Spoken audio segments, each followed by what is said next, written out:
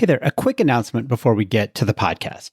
If you've been listening to this show for a while and you're ready to go deeper on some of the core concepts and enabling tools from Agile methods, you're not going to want to miss the upcoming course I'm teaching with my friend and collaborator, Tim Lennon, who is also a frequent podcast guest. We're teaming up for a live half-day workshop called Adaptive Kanban for Lawyers, and you can get all of the details at agileattorney.com/classes. This is a completely new course we've developed, the first in a planned series, where we've stripped away a lot of the jargon and tech-centric leaning of the Agile world to get to the core of what makes the Kanban method so effective for legal work. And this course is a deep dive into the mindset and the principles that will help you and your team move from a place of overwhelm to a better balance between your capacity and your commitments. Go from a feeling of disconnect to one of alignment across your team members, your clients, and even third-party resources. And to get yourselves from a place of firefighting and diving catches and things potentially falling through the cracks to a place where you feel confident in the status and progress of every matter you touch. The training will be live on Zoom on Friday, September 12th, and we're limiting it to just 12 participants to keep things personal and practical. And everyone who signs up will also get to join an office hours session the following week to make sure the concepts really take hold. Early bird pricing is available through August 15th, so sign up now to take advantage of the best rates. Learn more and sign up at agileattorney.com/classes. I hope to see you there.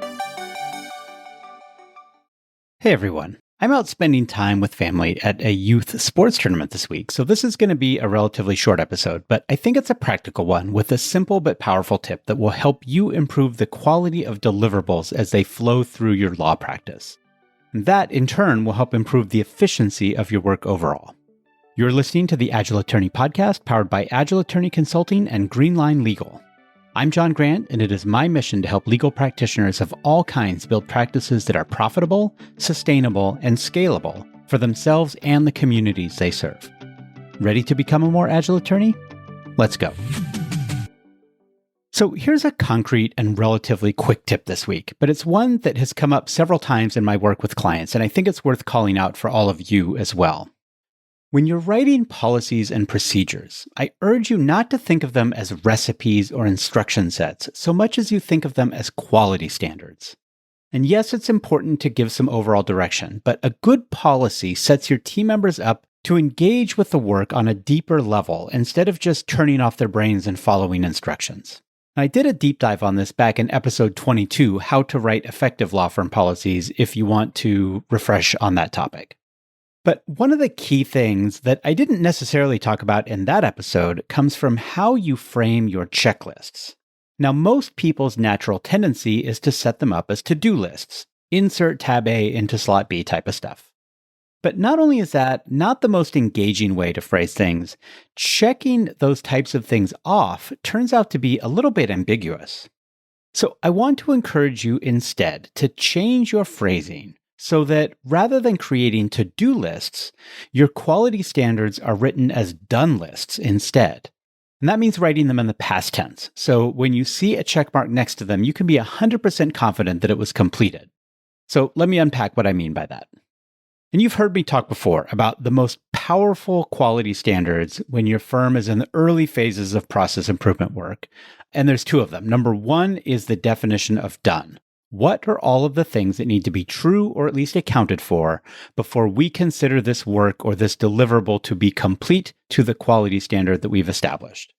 And the whole point here is to avoid the frustration of having work come back to you or having to send it back to someone else because it didn't meet some standard of work or quality that should have been clear from the beginning. The other one of these standards is the definition of ready. What are all the things that need to be true or at least accounted for before we should even begin work on this particular set of tasks or deliverables? And this one prevents you from starting work too early before you have all the information or tools that you need to do the job correctly, and then having to backtrack and redo things because you or someone on your team made assumptions that turned out to be wrong because you jumped the gun. And this is the stage gate that makes sure we've got, again, all the ingredients and tools necessary to sit down and do the work in a single sitting without having to go back to the client for more information or to a senior attorney for more direction. We want that work to really flow quickly through the process once everything is ready, right? We don't want to have to stop it partway through and then go back and finish it later. And I sometimes talk about this in the context of cooking a recipe. You don't want to get your batter halfway mixed only to realize you need to go to the store to get more eggs. The other problem when you stop work partway is that it's easy to lose track of what's done and what's not done. And I don't think I've used this analogy on the podcast before, but I say it sometimes around my house. There's nothing more problematic in the kitchen than a half-empty dishwasher. Now, I've got 2 kids, and I made the mistake when they were little of divvying up the chore of emptying the dishwasher into 2 parts, the top rack and the bottom rack. But what would wind up happening is one kid would empty their half and the other kid would not. And then someone would look into the dishwasher, maybe me, assume the things in it were dirty because it was only part full, and then add more dirty dishes to it.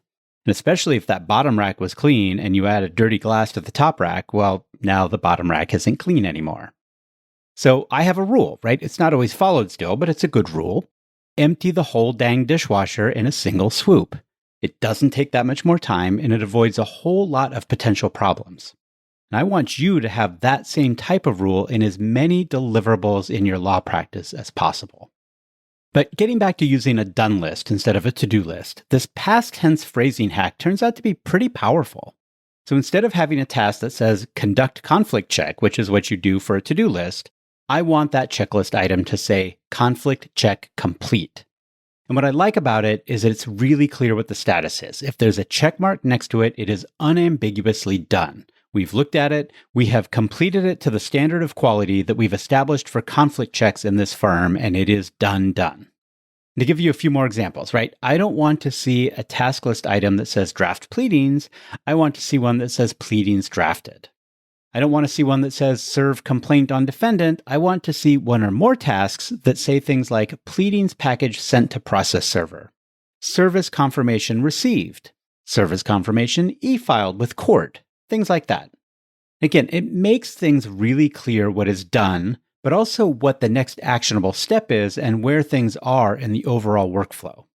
And as a manager, as a process person, I really like to be able to look at a checklist, and my clients really like this too, and be really clear that all of these things are what I will call done. My brain doesn't have to worry about them anymore. And then I can use that information to say, yes, this is now actually ready for the next stage of work. I also find that the people doing the work like these done lists better too. And there's always something satisfying about checking off a checklist item. But I think the definitive language of the past tense in a done list is especially fulfilling. Now, let's talk a minute about how to implement this approach. And I will readily admit that going into the past tense is not how most of our brains work when we're spitting out or writing down processes and procedures off the top of our heads. So getting to this improved state, this past tense way of phrasing definitions of ready, definitions of done, and frankly, any other checklist that you have as part of your policies and procedures, I think it can be helpful to do it in 2 stages. Number 1 is just do the brain dump. Don't try to write in the past tense if that's not naturally how your brain wants to address it. Just get the information out onto a page. Then you can go back through it with an editing round and convert those things to past tense.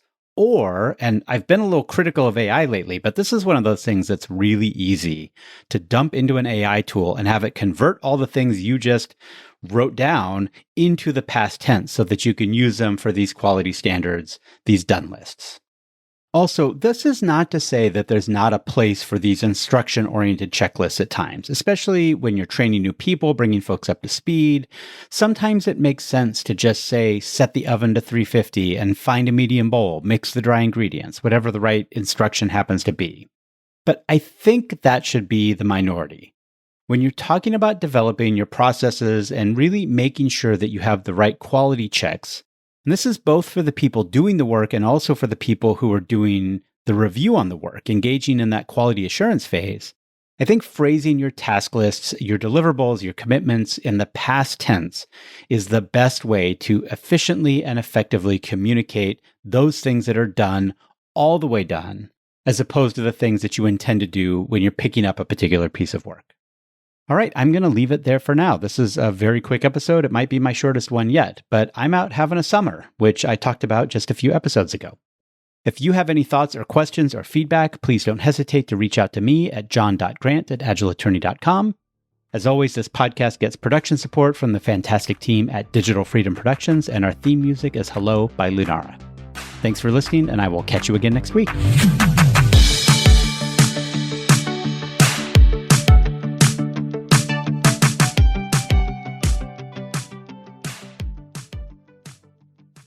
One quick note before you go. I'm excited to announce that Greenline Legal is officially in beta. You've heard me talk about it a little bit. Basically, I'm working on the thing that is really common with technology founders. I'm building the tool I wish existed in the world. Except instead of wishing that it existed for my own practice, although in retrospect that would have been amazing, I wish it existed for all the various law firms and legal teams that I've worked with over the years. Now, I've got some tools I like, but none of them is truly built with the needs of lawyers in mind, and my co-founders and I are hoping to change that. We are slowly starting to take on customers for Greenline, and if you think you'd like your practice to be one of them, I encourage you to go to greenline.legal and hit the button to set up a demo. You're going to get me on the other end of that demo, and it will be a good opportunity to talk through specific workflow challenges and opportunities you have in your practice, and we'll see if Greenline might be a good way to fix the rough stuff and get you closer to your vision for how things really should be working. That's greenline.legal and click the Set Up a Demo button, and I think you're going to like what you see.